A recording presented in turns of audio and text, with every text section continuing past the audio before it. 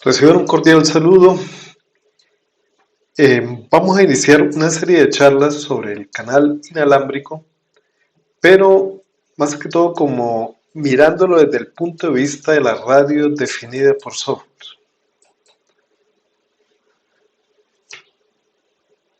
Bien, entonces comenzaremos a hablar principalmente del fenómeno de desvanecimiento para luego ir abordando otros fenómenos.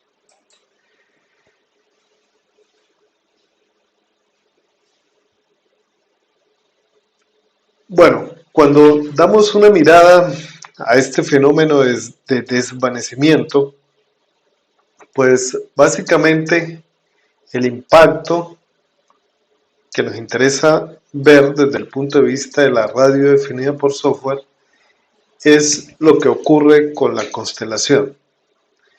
Bien, comencemos a ver qué es el desvanecimiento.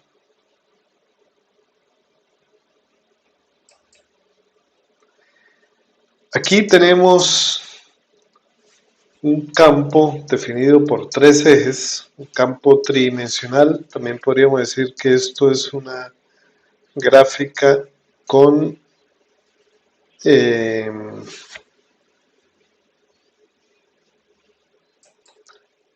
coordenadas esféricas. Bien, en el punto central tenemos el transmisor. Suponiendo que el transmisor tiene una antena isotrópica, o sea que irradia hacia todas partes uniformemente, entonces la energía va a resultar distribuida en una esfera. Y esa esfera será cada vez más grande a medida que se propaga la energía. Pero para un receptor que está quieto, a una distancia d, pues, ¿qué es lo que percibe? Primero que, en el punto de origen hay una potencia transmitida, pero esa potencia es transmitida, como ya dije, se está distribuyendo en un área cada vez más grande. Se está distribuyendo básicamente en el área de una esfera. Y el área de la esfera es 4pi d al cuadrado. Entonces, podemos estar hablando de algo que se conoce como la densidad del flujo de potencia. Esa densidad de flujo de potencia, pues, es la potencia transmitida dividida entre el área de la esfera. O sea que sería la potencia transmitida dividida entre 4pi d al cuadrado y está dado en watts por metro al cuadrado. Bien. Tenemos aquí nuevamente ese campo para continuar haciendo algunos razonamientos.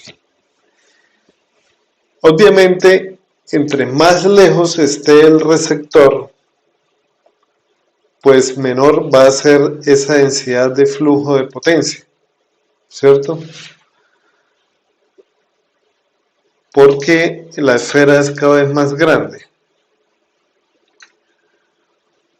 Una antena receptora capta una potencia determinada y esa potencia determinada es igual a la densidad del flujo de potencia que hay allí por algo que podríamos decir que es el área que es capaz de captar la antena, que sería como el área de recepción.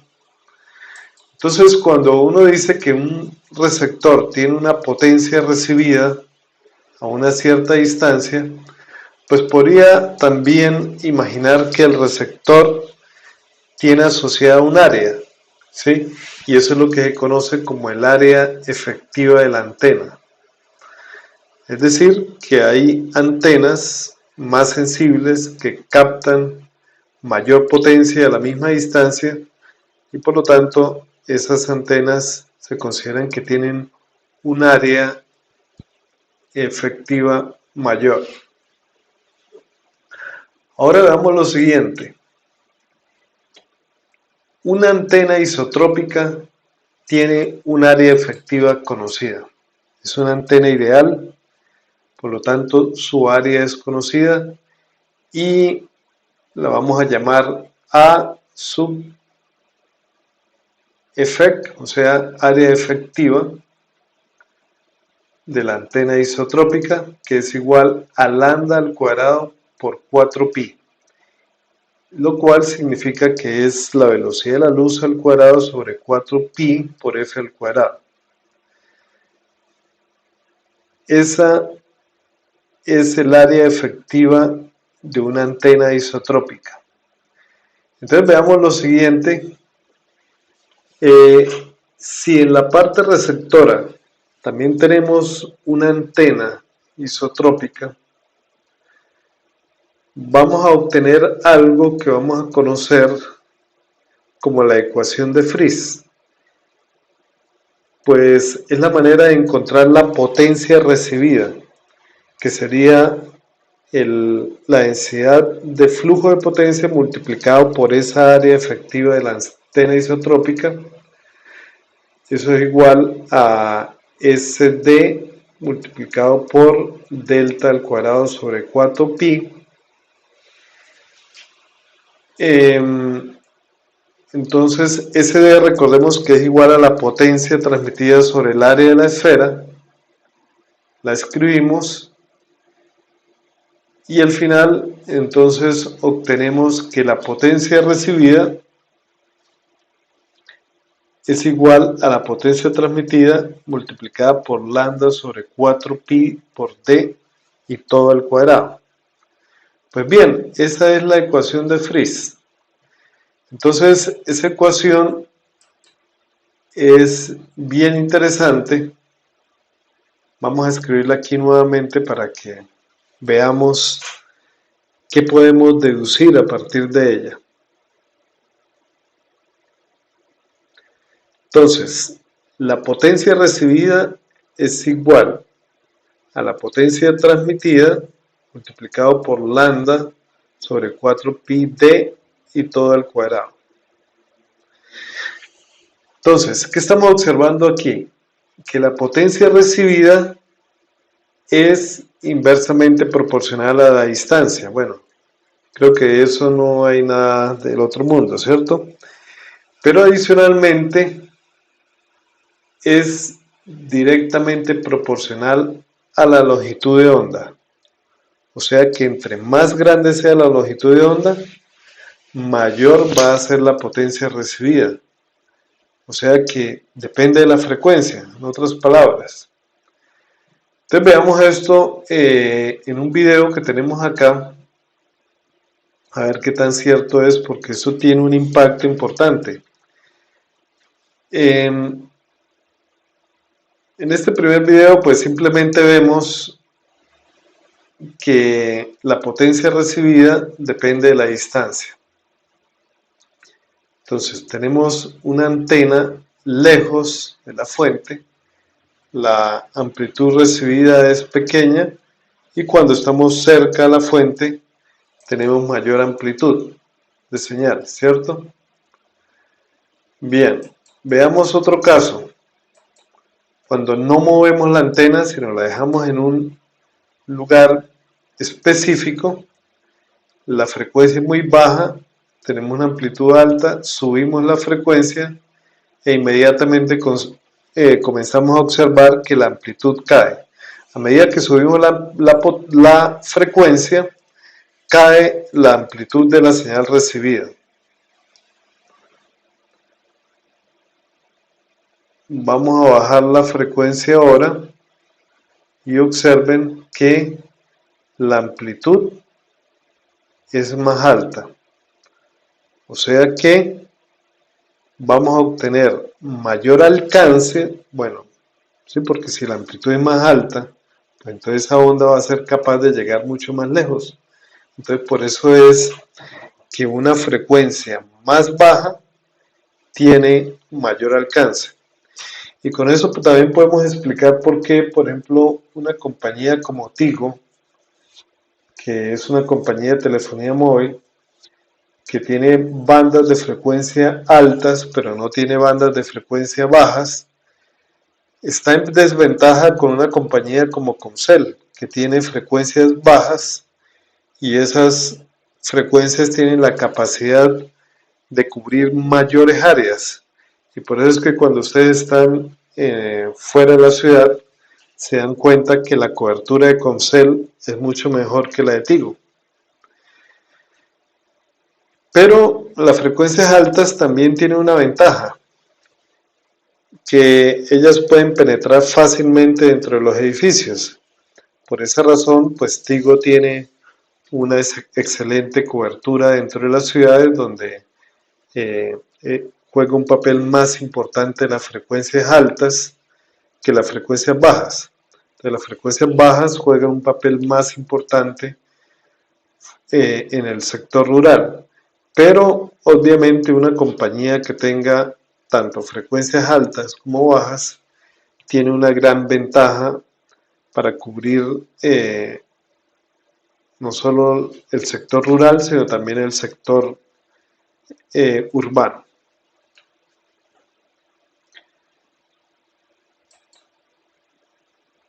Bien, volvamos entonces aquí a la ecuación de Friis.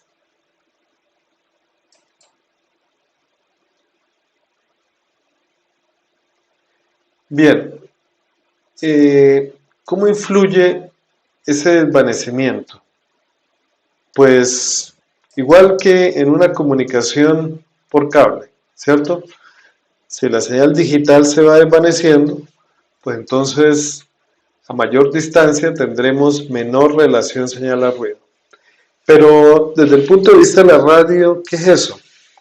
Pues en la tecnología Software Defined Radio, lo que nosotros vamos a obtener en la parte receptora es una constelación, ¿cierto? Entonces ese efecto lo vamos a ver nosotros reflejado, pero a nivel de una constelación. Y allí es donde toma importancia recordar que el ruido, tan pronto entra por el receptor, se transforma en un ruido banda base filtrado que en el plano complejo es una nube y que tiene una densidad espectral de potencia cuya altura es n sub 0. Si nos ponemos a hacer análisis del ruido que llega a un punto de constelación, entonces vemos que, bueno, no solamente hay como una afectación en magnitud, sino unas desviaciones de fase que se producen allí.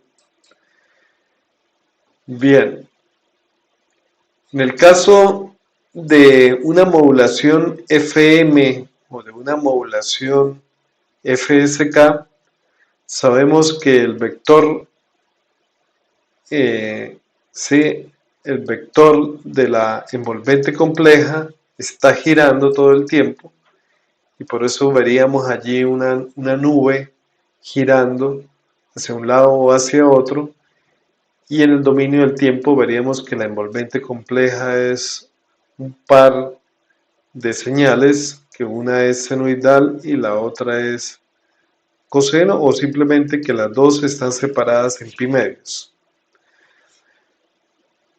Bien, pero si no es FSK, sino es un tipo de modulación basado en constelaciones, entonces lo que vamos a obtener es lo que ya hemos visto desde hace rato, que para el caso de la modulación QPSK tenemos 4 puntos, pero en forma de nube.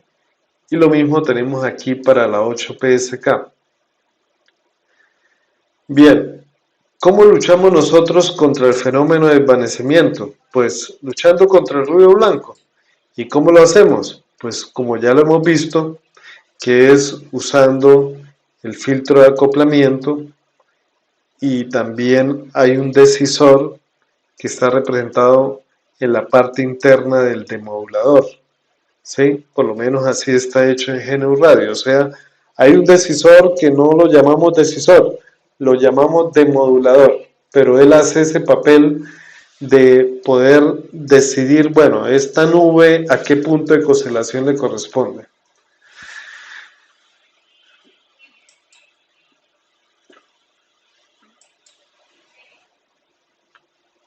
Bueno, ese filtro de acoplamiento pues no soluciona el problema al 100%, y por eso de todas maneras vamos a ver que hay un impacto del ruido en la calidad de la comunicación. Y ese impacto lo podemos medir mediante algo que llamamos curvas de Beer, Bit Error Ratio, o sea, las curvas que me muestran cómo es la pérdida de bits. La idea es que cualquier tipo de modulación tiene una curva o está caracterizada por una curva de Beer. En esa curva pues hay un eje que es el eje vertical que corresponde a la probabilidad de error, o sea, la probabilidad de que se pierdan bits, ¿ya? Y en el eje horizontal, ¿qué tenemos? Tenemos una relación señal a ruido, pero está representada como EB sobre N sub 0. Entonces, EB es la energía del bit y es igual a la potencia del bit multiplicado por la duración del bit. Entonces, supongamos que tenemos aquí una señal binaria, un mensaje binario bipolar que oscila entre menos A y A. Entonces, la potencia del bit sería A al cuadrado. ¿Ok? ¿Y qué es N sub 0? Es lo que llamamos densidad espectral de potencia del ruido blanco, porque recordemos que la densidad espectral de potencia del ruido blanco es una constante. Es igual a N sub 0 cuando el ruido blanco está en banda base. Bien, pero también puede que sea más natural hablar de algo que se conoce como curva de Serre, que significa Symbol Error Rate. Aquí tenemos un ejemplo de diferentes curvas de Serre, y la diferencia es que lo que analizamos no son los bits perdidos, sino los símbolos perdidos, ¿sí? Y por eso en el eje horizontal no tenemos la relación de energía de bit sobre n sub 0, sino energía del símbolo sobre n sub 0.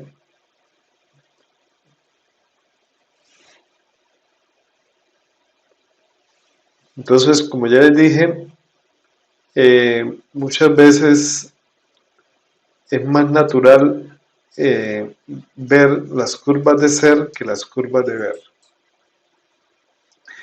Pero recordemos que si nosotros usamos el código de Gray, cuando se pierde un símbolo, realmente se pierde solo un bit, ¿cierto? Porque esa es como la cualidad de usar los códigos de Gray. ¿Sí? La pérdida de un símbolo es bastante cercano a la pérdida de un bit. Y bueno, es cuando no hay demasiado ruido, ¿cierto? Y entonces, pues, a ver, esta relación ES sobre N sub 0, en esa relación hay que aclarar qué significa ES, que es la energía del símbolo, y es igual a la potencia del símbolo multiplicado por la duración del símbolo.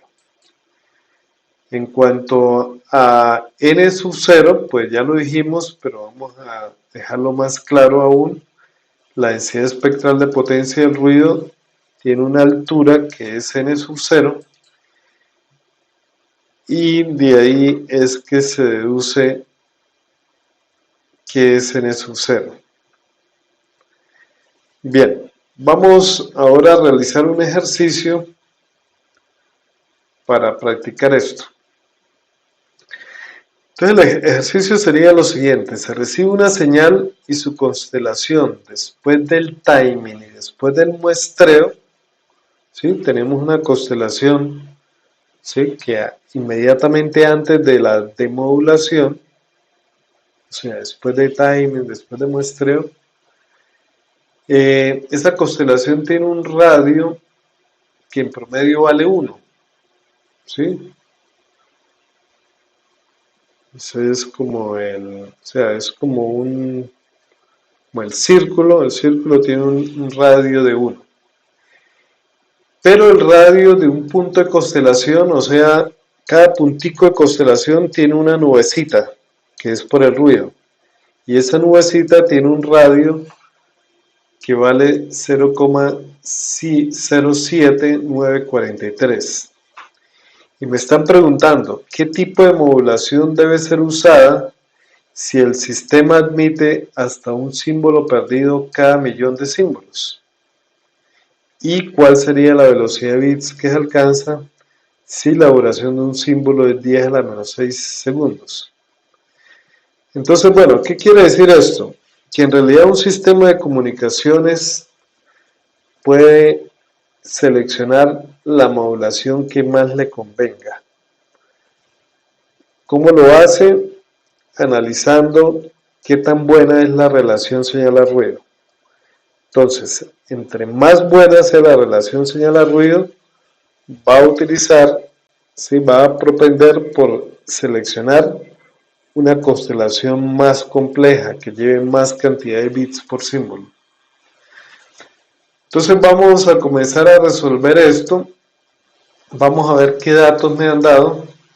Me han dicho que el radio de la constelación total es de 1. Entonces, recuerden que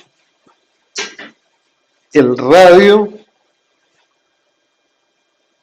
¿sí? En promedio, ¿no? El radio en promedio es la magnitud, ¿sí?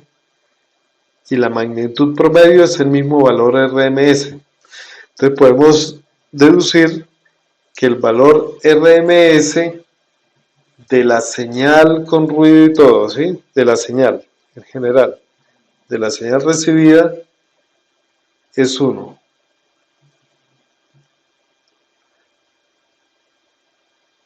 ¿Sí? Ahora, el valor RMS o sea, ese número que me acaban de dar de 0,07943 viene a ser entonces el valor RMS del ruido. De esa manera podríamos decir que la potencia de la señal es 1, mientras que la potencia del ruido sería ese valor RMS al cuadrado, que sería 0,00628849. Traduciendo esto de dBs, entonces la potencia del ruido es 0 dBs y la potencia de la señal es 0 dBs y la potencia del ruido sería menos 22 dBs. ¿Ok?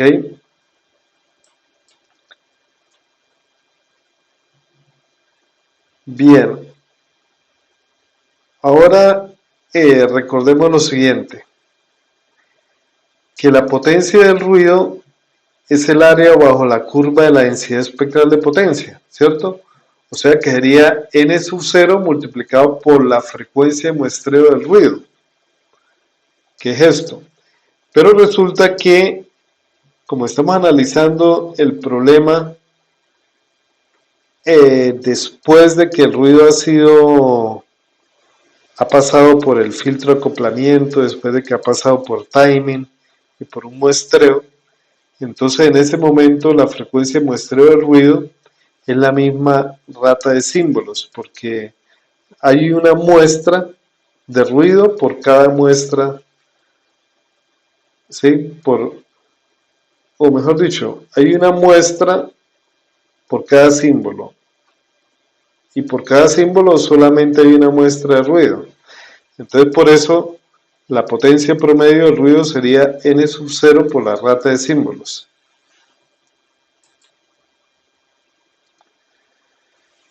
Ahora, ¿qué significa la energía del símbolo? Es la potencia promedio de la señal por la duración del símbolo, ¿cierto? O sea que es la potencia promedio de la señal sobre la rata de símbolos.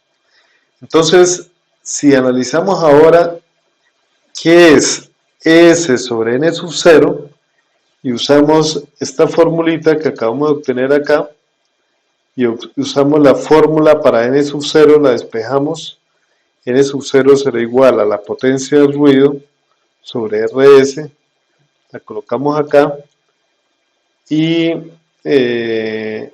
nos da que la energía del símbolo sobre N sub 0 es equivalente a la potencia de la señal sobre la potencia del ruido, o sea que en el fondo es la relación señal a ruido, ¿sí?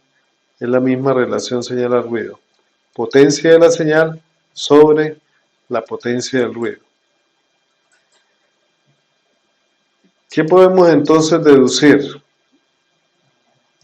Que ES sobre N sub 0 en dB sería lo mismo que PS sobre PN en dB. ¿Ok?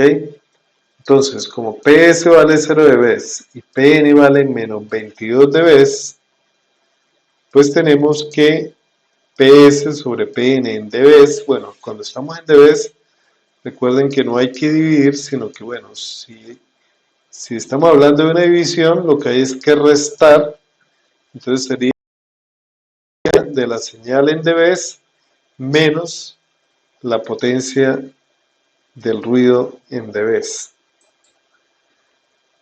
Bien, entonces finalmente tenemos que esto es igual a 1 menos 22, que es igual a 22 dB. ¿Ok? Entonces esa es la relación energía de la señal sobre N sub 0 que estamos recibiendo. Entonces nos vamos ahora a las curvas de SER, ¿sí?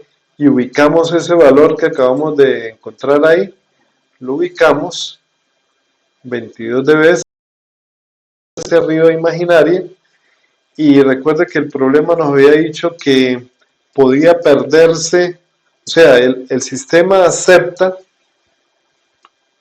que se pierda un bit cada 1.000.000 de bits transmitidos, o sea que la probabilidad de pérdida de bits aceptable es 10 a la menos 6, ¿sí? 10 a la menos 6, entonces por eso es que trazamos esa línea horizontal y dibujamos este puntico, ahí es donde nos encontramos en este momento, ¿sí? O sea, tenemos 22 dB de relación energía de símbolo sobre N sub 0 y perdiendo un símbolo, no un bit, sino un símbolo, ¿sí? Un símbolo cada 1.000.000 de símbolos transmitidos. Entonces, ¿cuál es la mejor modulación para ese caso? Si yo eligiera esta que está en rojo, que es la 16 PSK, ella, entonces tendría que proyectar esta línea hacia arriba